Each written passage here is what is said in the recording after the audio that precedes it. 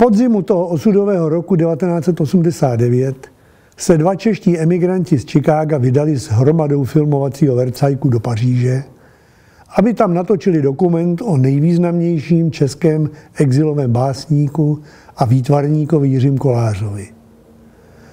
Do Paříže právě dorazilo první Beaujolais Nouveau té sezóny, v Berlíně se začala provalovat železná opona a v Římě právě probíhalo velké kádrování blahoslavené Anežky Přemyslovny. Jiří Kolář, než odešel v 70 letech do Paříže, prodělal nesmírně zajímavý vývoj od svých básnických začátků za války ve skupině 42 až po transformaci na výtvarníka poetických koláží. Rozlobil se na slova, říkal, že často lžou a stal se proto z básníka verbálního básníkem vizuálním.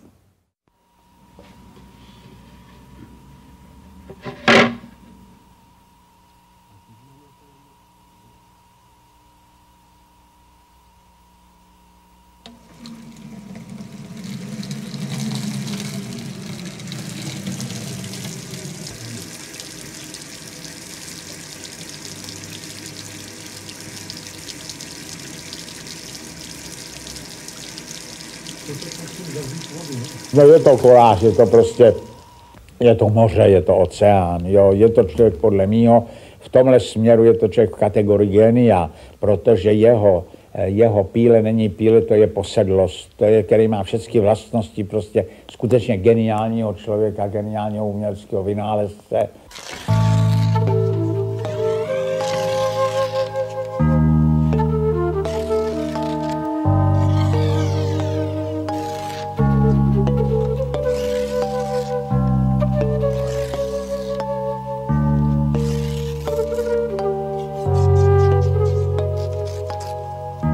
To je básnická lest, podívejte se, všecko, i ty Kolářovy koláže, v podstatě je všecko básnická lest, protože umění podle mého není věc poznání, ale věc fascinace.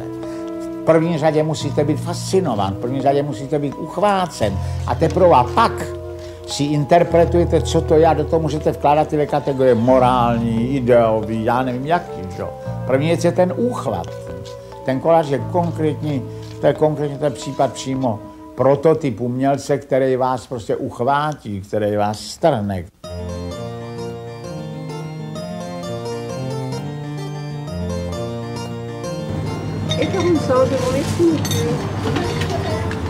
Merci. Au revoir.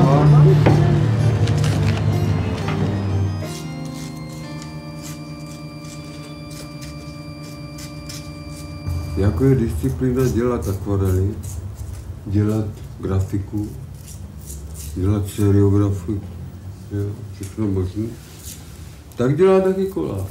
Ale většinou ty páni do toho malujou. Nebo přizpůsobují koláže svým obrazům. Aby ta technika, nebo to jako barevní provedení, anebo ta způsob jeho malby, to se nemůže zbavit, je podřízený. Je tam mu vzniká něco z obrazu. Já neříkám, že tam mně nevzniká něco z literatury, něco poezie.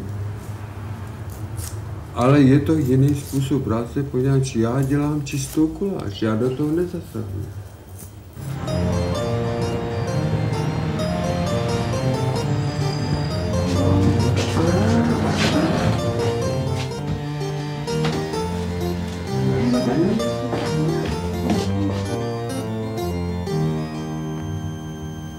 Jirka tenkrát napsal knihu básní a ta se jmenovala Jásající hřbitov. A já si teda domnívám, na základě toho jásajícího hřbitovu byl Jiří Kolář zatčen. To byla prostě knížka, kterou vstoupil Kolář do 50. let.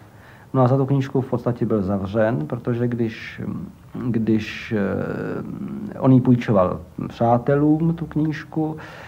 No a při domovní prohlídce Václava Černého, který byl zatčen, ten rukopis byl nalezen státní bezpečností. Byl to strojopis, ale na tom strojopisu nebylo nebyl uveden autor. Tam nebyl uveden autor. No ale oni to tedy opravdu pečlivě četli a potom v té jedné básni je to v tom oddílu Věk náboženství, je to taková báseň, jak on jde po ulici, osloví ho nějaká ženská a hrozně mu nadává, protože se ho plete se stébákem, jo. A říká, ať má znetvořený obličej ta žena, jo. A Kolář říká, promiňte, teď já vás neznám, já se jmenuji Kolář, jo. Já jsem Kolář.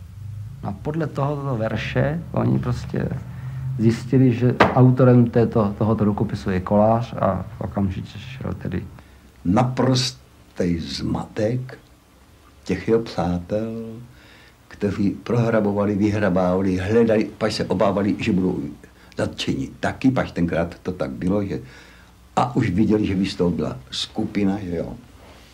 Tak já měl takovou tašku, tak mi to tam nacpali, jo. A prostě, abych to odvez a někde to skoval a tak dále.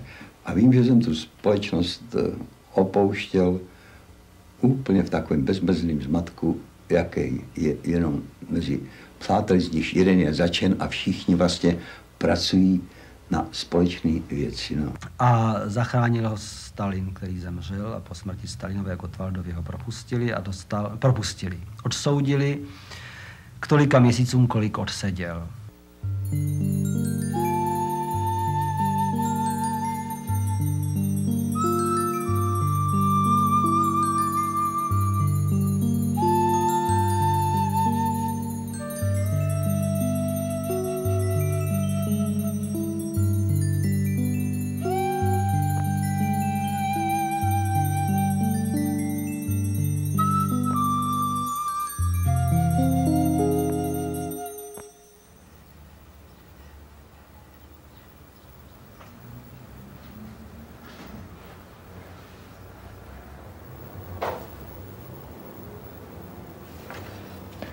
A nejlepší co se mně líbí, tak je ten Vermeer van der Lesuten, tak já s ním se znal.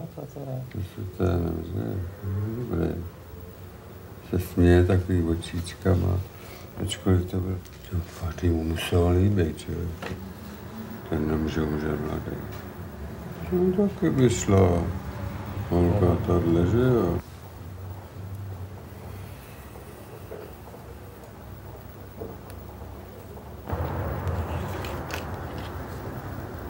To se tam dělá. A my vidíte ještě jako tadyhle třeba, rozumíte to?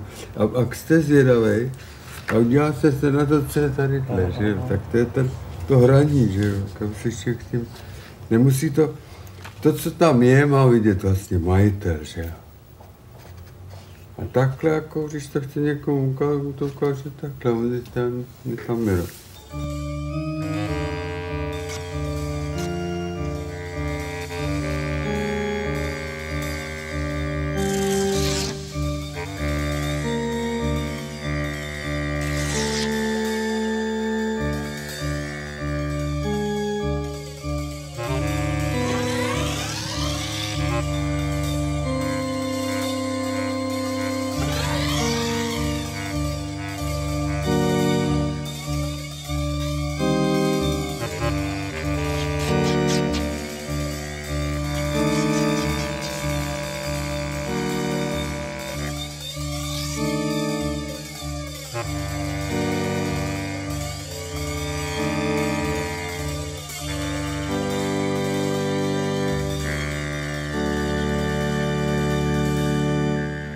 Kolář prostě měl takový jako silné puzení pro to prostě organizovat ten kulturní život.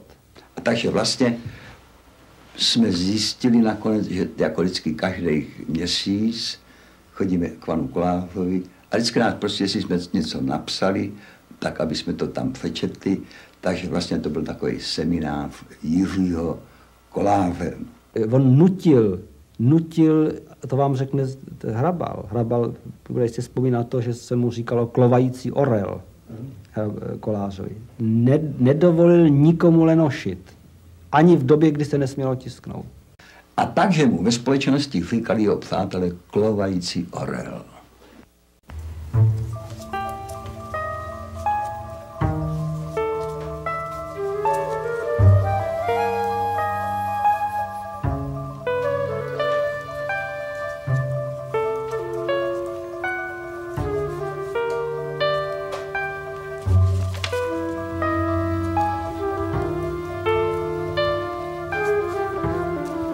Tady mám naznačený, tady ten kruh půjde, víte? Jste tomu rozumět. A teď tady vidíte, jak je ten vesmír porušený.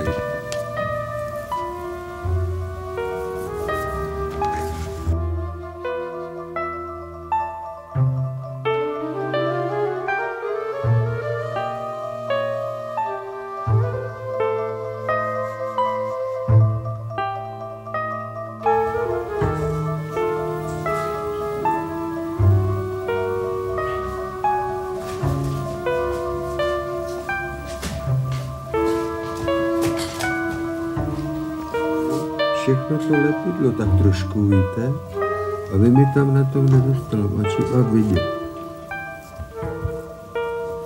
Ono se to stejně všechno jako promočí a zevní, jo? Když to uschne, víte, jak to jde, to lepidlo na tom, opět? Ještě vidět takhle, že jo? A to dělá tohle nekonečno, to nejde. Takhle, to nekonečno, nejlepší. Takhle, no moc dobrý.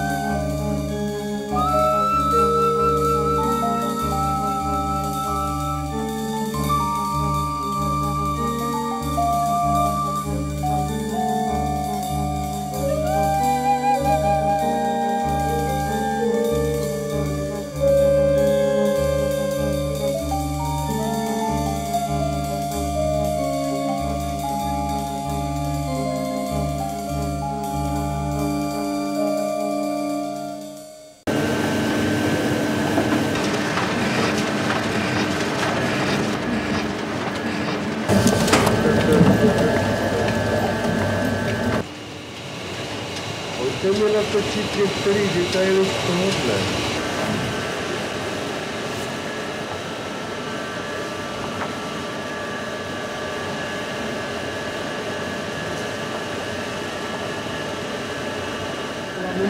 D'accord. Tu voudrais passer sur lequel?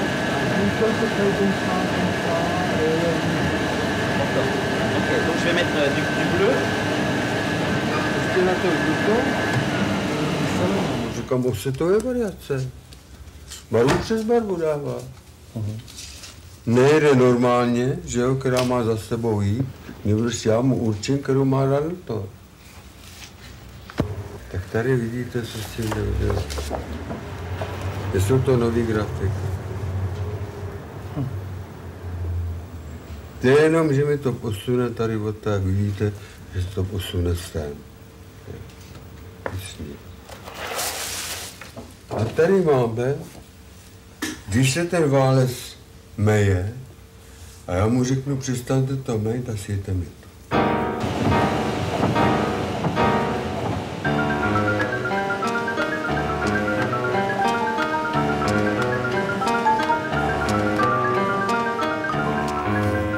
Tak jsou tam tyhle slzy. Tohle nikdy nikdo nepovažoval za umění. Ale já to považuji.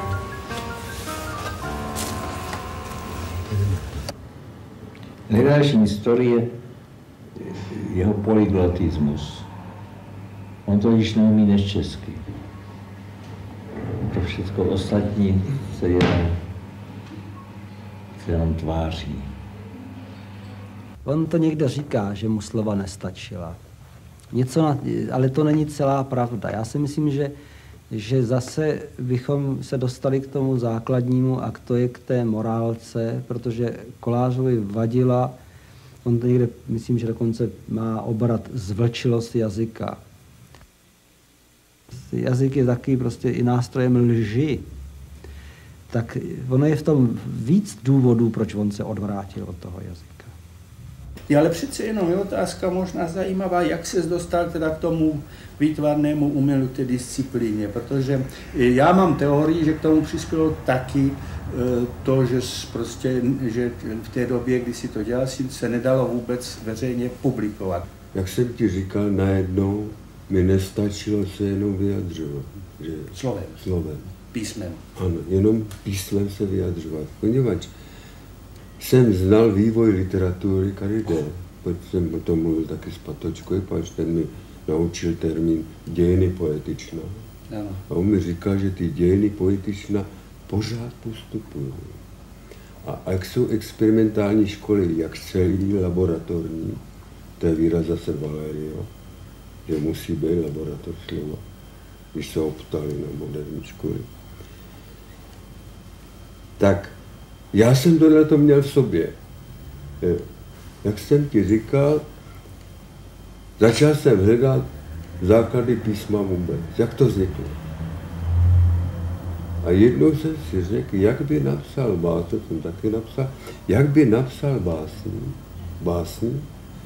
báseň, jak by začal básnit, myslím, jak by napsal báseň člověk neznalý písma.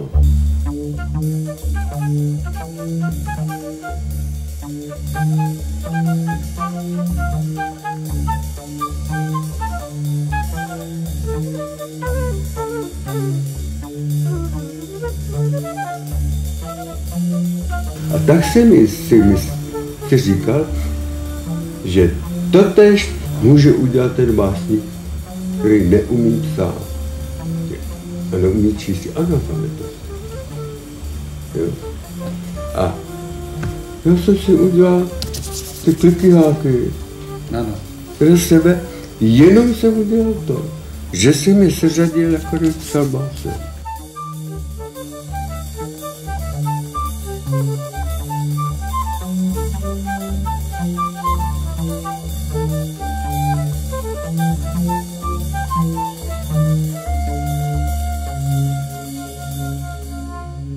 U nás ty věci budily ze začátku velký rozpaky. Kolář měl hodně známých mezi výtvarníky a těch lidí, kteří tomu kolářovi nějakým způsobem věřili, tomu té nové jeho cestě, bylo ze začátku v podstatě jenom několik. Všichni si mysleli, že se zbláznil a že by se měl radši věnovat jaksi svojí poezii. Pač v té době on už byl velice známý básník. To, že jako výtvarník, tak měl za sebou něco, co výtvarníkům právě dost často chybí, ten obrovský náboj básnického vidění světa, filozofického, myšlenkového, významného, semantického, jak si zdůrazňování.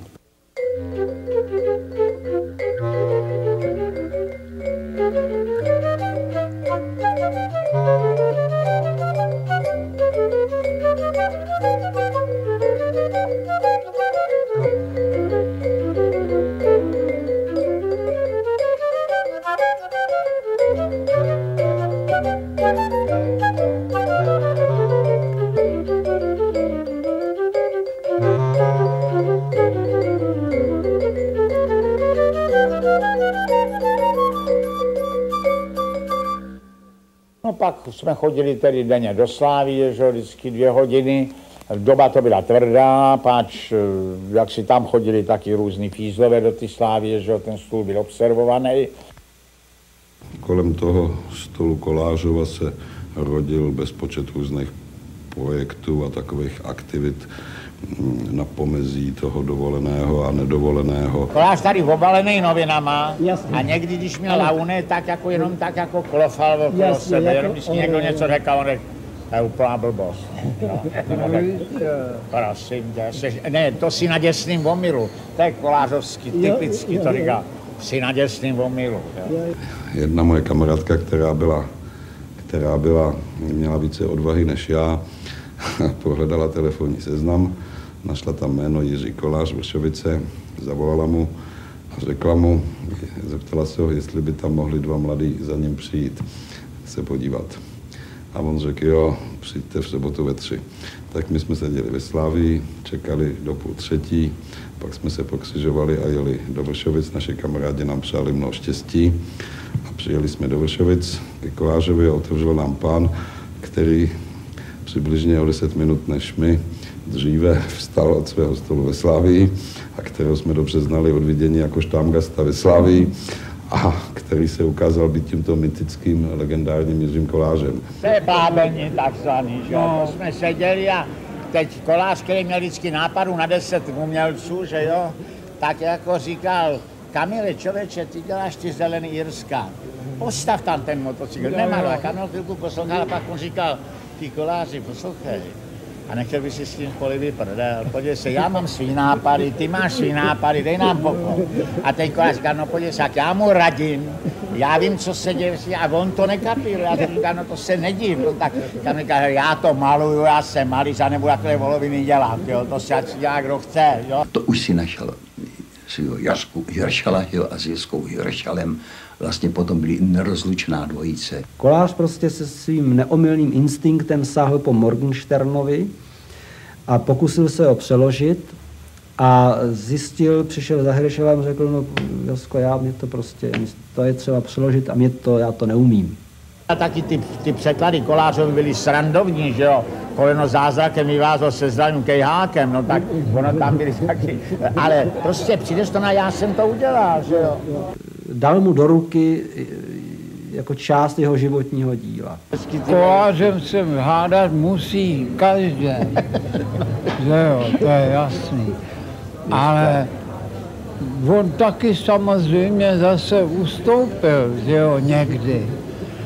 Pokud ty názory nejsou názory moci, jo, no tak takový je dobrý vyměnit Česko. Až do třeba, když já jsem s Kolářem taky měl období, když jsem s ním taky rok nemluvil, zrovna tak jako Kamil, že jo, to taky nešlo, že jo, on mě prohlásil, nauč se blbě myslet, no já jsem zase říkal, ale ty si, no prostě to byly takovéhle věci, že? No jo, no to ono s ním nebylo k vydržení, tak.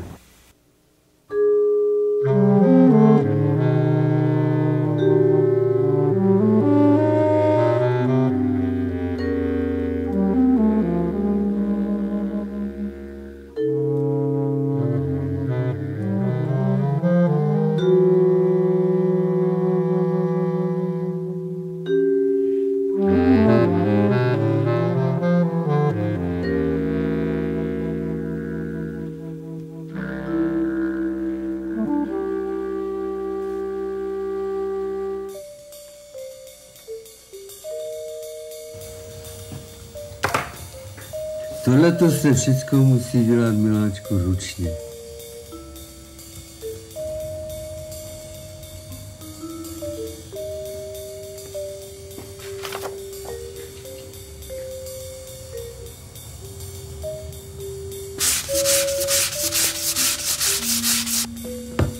To nejde dělat ničím jiným ulevněným žiletkou. To se nedá dělat.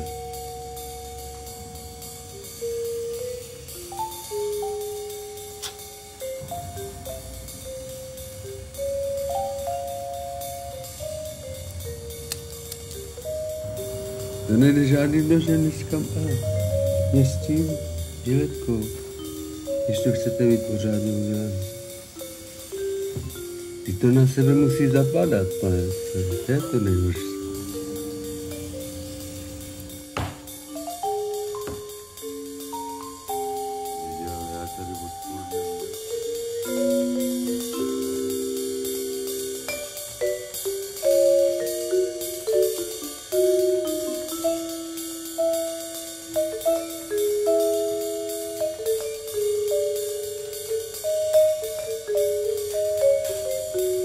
Jak tam leze.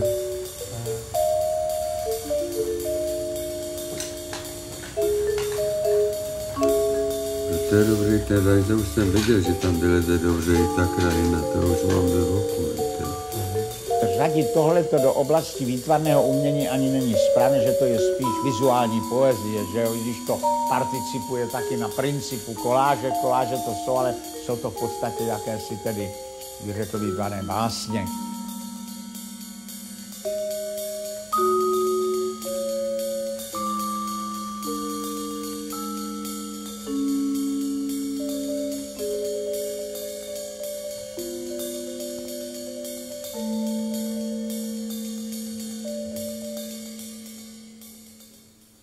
Jestli budete chtít dělat potom sklen, tak jsem zase na něco přišel, vážený přítel. Máte sklo?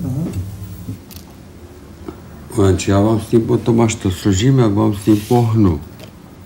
Jo, začnu hejbat, aby se vám to tam jako rozběhlo různě.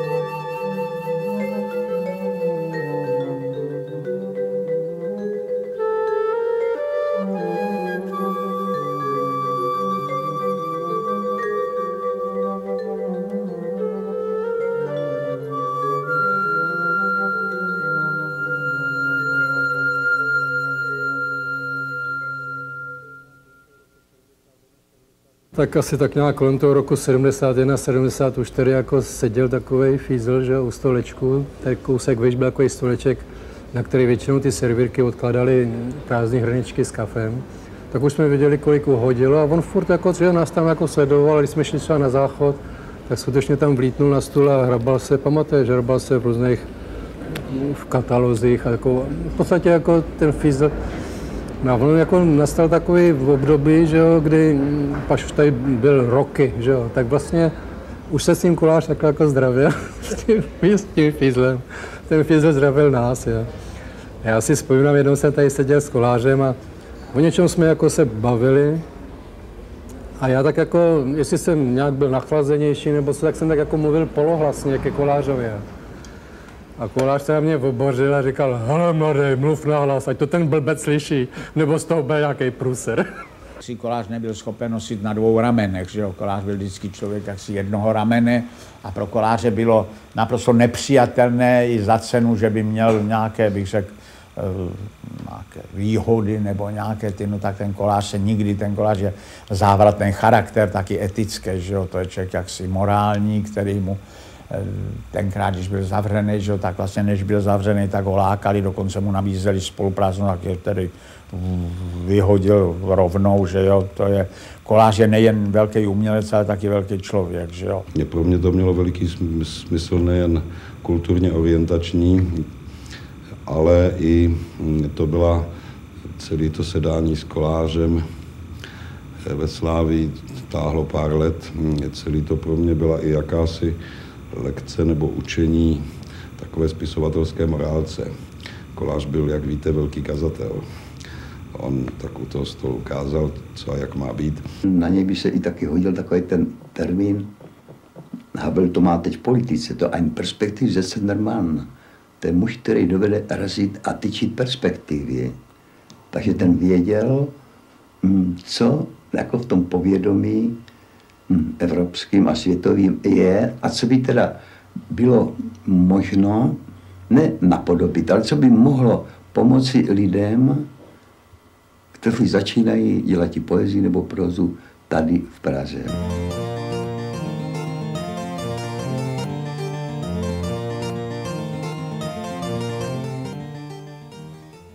Teď si představ,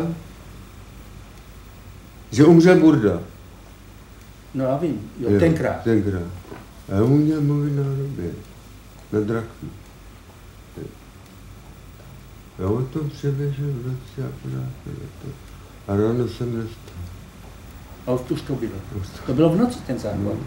To byla prostě mrtvice. 70. Nemohl jsem vůbec tím dělat, mrtvice to, víte. Špatně si mluvil, psát si nemohl, nic. Katastrofální stav. Kolářova vůle byla teda neslíchaná, protože já mám ten jeho sešit, kde prostě vidím, jak tady začíná prostě dělat čárky, takhle jednu vedle druhý, pak prostě kroužky. On se učil psát. Protože pak je naprosto neuvěřitelná ta absolutní bravura, s kterou on teda dělá ty výtvarné věci.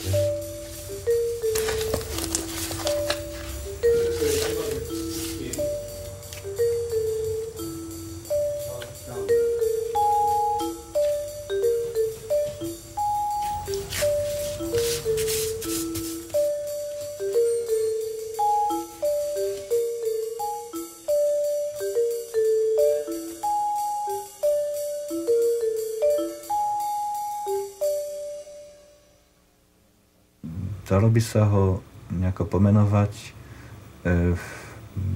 básnik premien. To je skôr taký ovidovský typ a vlastne tie postupy, čo vymyslel, to sú vždy také postupy na premenenie, na metamorfózy věcí. A teďko můžu udělat jedině to, že můžu do koláže udělat otvory, nebo je natrhat, roztrhat. Tomu říkám defektní ponímač. Defektní. Ponímač, ty otvory, to je to, co jsem zanedbal. A člověk toho zanedbal zvlášť já, to je.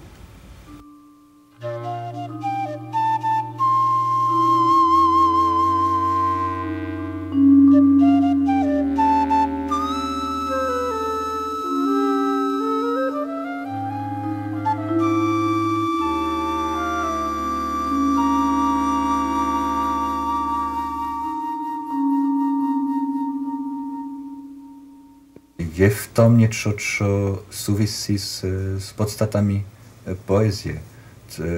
Už, myslím, že Aragon to napísal, že veľmi často tá poézia vzniká z toho, že sa spraví nejaká chyba a že človek si uvedomuje, že je úplne iná možnosť.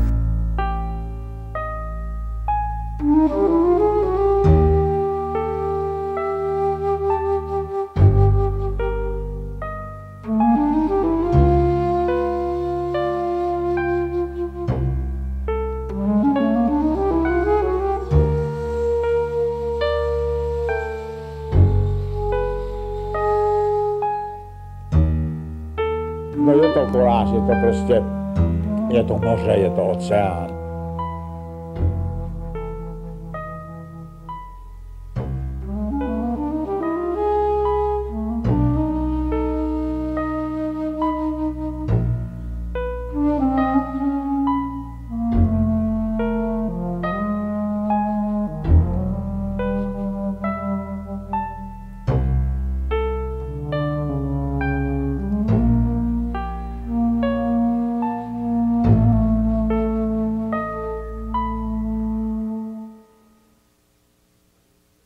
Ale tahle půjde rozstříhat ani rozřezat, pak je to na prkně. Ale šlo by s tím něco udělat, že by to šlo umět. Dát do vody, aby se to samo vyplavilo.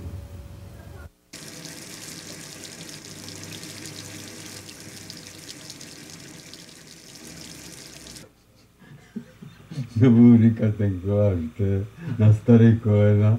Já to právě nedělám, že budu říkat, no dědek už jako neví, co by doupama dělat.